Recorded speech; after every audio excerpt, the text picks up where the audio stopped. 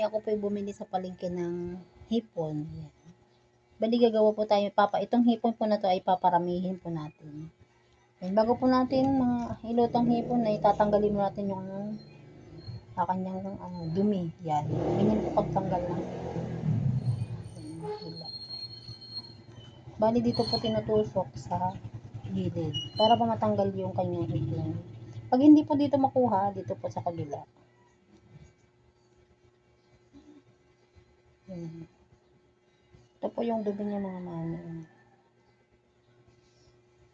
Yun yung pinaka dumi ng hipon. Ganyan po yung kailangan natin tanggalin. Ito yung ating tatanggalin yung kanyang ito, yan. Para po malinis siya. Tapos sa mamaya mga mami babalatan po natin yan.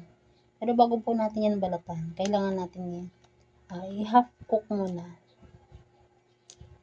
Tapos po yung ulo niyan pwede po nating ihalo yan sa palabok. Para po hindi po maksaya sa pansahog.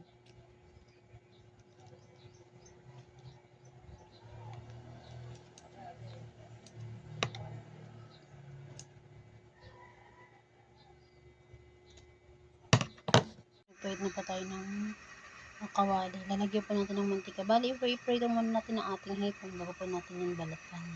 Bali po nilagyan ko muna ng asin yung hipon para po magkalasa pagka naprito na siya. Hinalang ko na po ng hipon.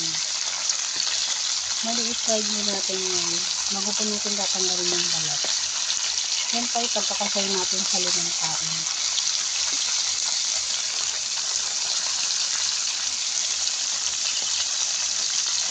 Yung bayo po ito na po, ngayon po ay sasalain po natin para mawala po yung kanyang mantika.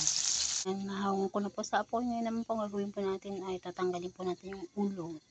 Tapos saka po natin yan gigilingin, lalagyan po natin yan mga mami ng malunggay. Gawin naman po natin tortang hipon.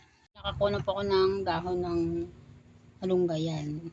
Ang gagawin po natin yan mga mami ay hihimayin po natin yan tapos ilalagay natin yung hipon. Gagawin po nating tortang hipon na may malunggay. Mga mami, tayo po ay magigiling na ng ating iluluto. Bali po naglagay po ako ng malunggay. Ayan. Hindi ko na po siya gaano tinanggal ng tangkay niya kasi gigilingin naman po.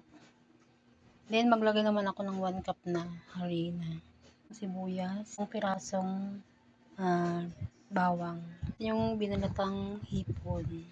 Po tayo ng 1 teaspoon na pamintang durog. Konting asin. Lagyan na rin po ng baking. Para po isang ikutan lang po. Isang gilingan na po lahat. Ngayon naman po ating igigiling na po.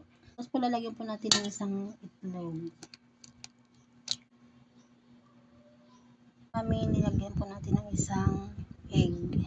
Po ating gigilingin ang ating gagawing tortang hipon. Mga mami, ngayon po lalagyan po natin yan ng konting tubig. Bago po natin yan i-prito ang ating tortang hipon na may malunggay. Yan ng beef cubes para po yung gagawin nating tortang hipon ay magkakaroon po ng lasa. Ngayon naman po yung ating ihahalo yung beef cubes. Pagka nyo na po yung mixture nyo, pwede po natin i-prito ang ating tortang hipon na may malunggay. Ngayon nagpainit po tayo ng mantika. Tayo na po magluluto ng tortang hipon na may malunggay. Ngayon nagtorta na po tayo. Bali ang apoy lang ito mga mami ay mahina lang po para po siya maganda yung kanyang pagkakaluto.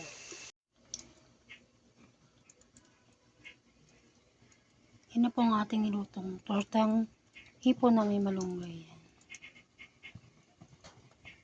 Thank you for watching.